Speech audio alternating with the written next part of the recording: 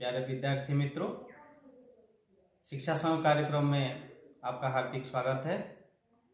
मैं श्रीमान प्रभात कुमार जना, हिंदी शिक्षक, जिला शिक्षा कार्यालय मयूरभंज बारिपदा, आपका हार्दिक स्वागत करता हूं। आज हम कक्षा 10वीं की पाठ्य पुस्तक हिंदी स्वरों में संकलित एक कविता का पाठ करेंगे, जिसके कवि हैं रामधारी सिंह दिनकर। कविता प्रवेश से पहले मैं आप लोगों से कुछ सवाल करता हूं, आप उसका जवाब दीजिए। प्यारे बच्चों, माँ के जो भाई होते हैं उन्हें हम क्या कहते हैं? मामा कहते हैं। जब बच्चा रूठ जाता है या किसी जिद पे आ जाता है, उसे डराने के लिए कौन से मामा को बुलाया जाता है? शेर जो हमारा मामा होता है, आप लोग जानते हैं, हिमालय की बेटी है माँ पार्वती। रिश्ते में शेर उनका भाई है, इसीलिए माता पार्वती चूंकि हमारी माँ है तो शेर हमारा मामा बनता है। और अब देखो, बच्चों को बहलाने फुसलाने के लिए और भी एक मामा की जरूरत हमें पड़ती है, जो आसमान में होते हैं, वे हैं चंदा मामा। प्यारे मित्रों, जब कोई बच्चा अगर रूठ जाए तो उसे मनाने के लिए माँ चंदा मामा का सहारा लेती है। अब देखिए, अगर चंदा मामा ही रूठ जाए तो उन्हें मनाएगा कौन? बेशक उनकी माँ। चांद किस लिए जिद करता है, इस कविता को पढ़ने से ही हमें पता चलेगा। चलिए, चांद की उसी जिद को लेकर दिनकर जी ने बड़े एक मनोरंजनपूर्ण कविता लिखी हुई है। कविता का शीर्षक है चांद का झिंगोला।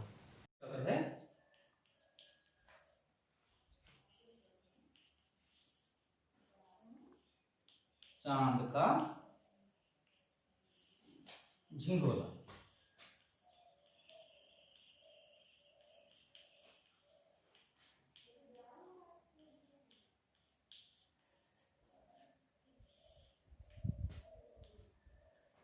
कविता पाठ से पहले कवि रामधारी सिंह दिनकर जी का परिचय हम जान लें। कवि रामधारी सिंह दिनकर, जिन्हें उपनाम मिला दिनकर का, 1908 में आपका जन्म हुआ और सन 1974 में आप परलोक सिधार गए। ग्राम सिमरिया घाट, जिला मुंगेर, बिहार में आपका जन्म हुआ। छायावादी युग के प्रमुख कवियों में आप गिने गए। राष्ट्रीय भावधारा से ओतप्रोत आपकी कविताएं शौर्य और ओज का भाव वहन करती हैं। राज्यसभा के आप सम्मानित सदस्य रहे। आपके महाकाव्य उर्वशी के लिए आपको ज्ञानपीठ पुरस्कार प्राप्त हुआ। हिंदी साहित्य काश में वे टिमटिमाते सितारे के समान हिंदी साहित्य जगत को एक विशाल सृजन संसार दे गए। उभय गद्य व पद्य विधाओं में उनकी पारदर्शितापूर्ण रचनाएं युगजयी रहेंगी, कालजयी रहेंगी। उनके पद्य में रेणुका, हुंकार, रसवंती, कुरुक्षेत्र, रश्मिरथी, उर्वशी, हारे को हरिनाम, बापू, तिल्ली आदि प्रसिद्ध हैं। गद्य रचनाओं में प्रमुख हैं देश विदेश, मेरी यात्राएं, अर्धनारीश्वर, मिट्टी की ओर, रेती के फूल, संस्कृति के 4 अध्याय। और आप जैसे बच्चों के लिए उनकी बाल रचनाएं हैं चांद का कुर्ता, नमन करूं मैं, सूरज का प्यार, चूहे की दिल्ली यात्रा आदि। इस कविता के बारे में जान लें। चांद का झिंगोला दिनकर जी द्वारा रचित लोकप्रिय एवं चर्चित बाल कविता है। यह व्यंग्यात्मक शैली में लिखी हुई एक कविता है, जिसमें चांद यानी कि एक बेटा, वो अपनी माँ से एक झिंगोले के लिए जिद करता है। आसमान में रोज़ रात को सफ़र करने वाला चांद अगर अपनी माँ से जिद कर बैठे, वो भी फिर एक ऊन से बने हुए झिंगोले के लिए, तो ये घटना मनोरंजनपूर्ण तो है ही, साथ में एक बहुत बढ़िया संदेश भी देती है ये बात।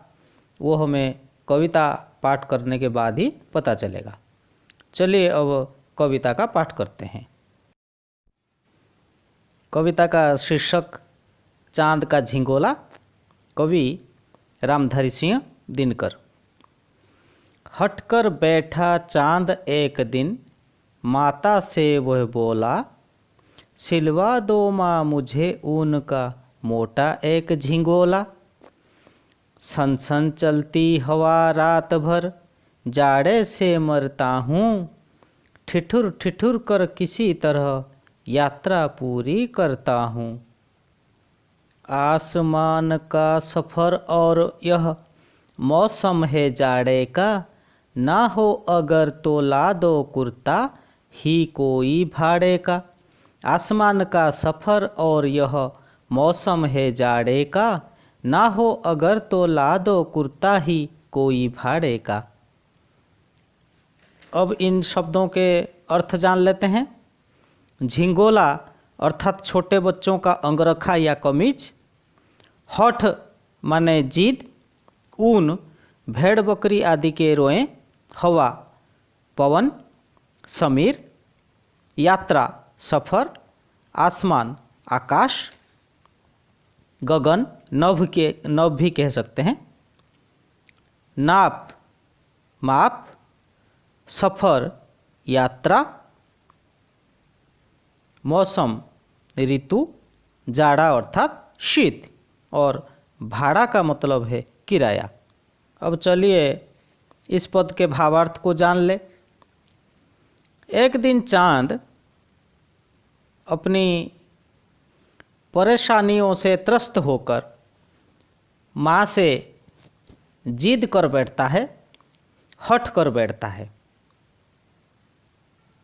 माँ मेरे लिए एक ऊन का बना हुआ मोटा सा झिंगोला सिलवा दो ना, क्योंकि रात भर मुझे जाड़े से सिहरना पड़ता है, ठिठुरना पड़ता है, सन सन हवा चलती रहती है, मुझे सफ़र पर तो जाना ही पड़ता है ना माँ।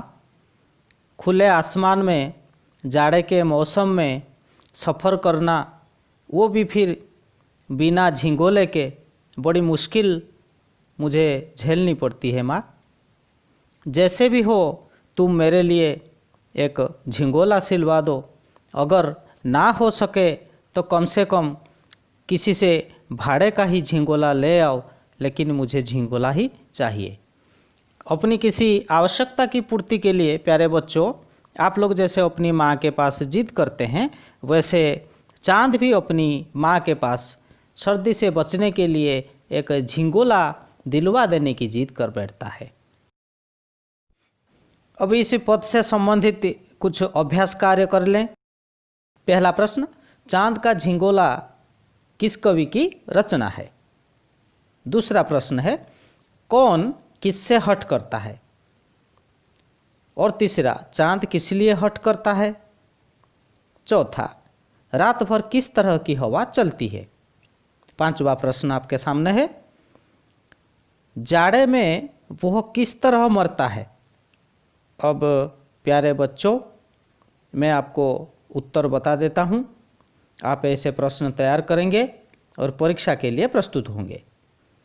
पहला उत्तर है कवि रामधारी सिंह दिनकर। दूसरा है चांद अपनी माँ से हट करता है। तीसरा उत्तर है एक झिंगोला सिलवा देने के लिए हट करता है। चौथा, रात भर सनसन हवा चलती है। पांचवा, जाड़े में चांद ठिठुर ठिठुर कर मरता है। अब दूसरा अभ्यास है जो कि रिक्त स्थानों की पूर्ति आपको करना है उपयुक्त शब्द लगाकर। हटकर बैठा डैश एक दिन, माता से वो बोला। सन सन चलती डैश रात भर जाड़े से मरता हूँ। अब प्रथम रिक्त स्थान में यह लगाएंगे हटकर बैठा चांद एक दिन। दूसरे में सन सन चलती हवा रात भर। ऐसे भी बहुत से प्रश्न आएंगे आपके सामने और लॉन्ग क्वेश्चंस भी आएंगे। प्यारे विद्यार्थियों, इस पाठ को आधार बनाकर हमने जो जो अभ्यास करवाए उसे दोहराइए, अपने शिक्षकों के साथ आलोचना कीजिए तथा इनका भावार्थ, शब्दार्थ सब याद रखिए। परीक्षा उपयोगी प्रश्नों को भी याद रखें। आज के लिए इतना ही। धन्यवाद।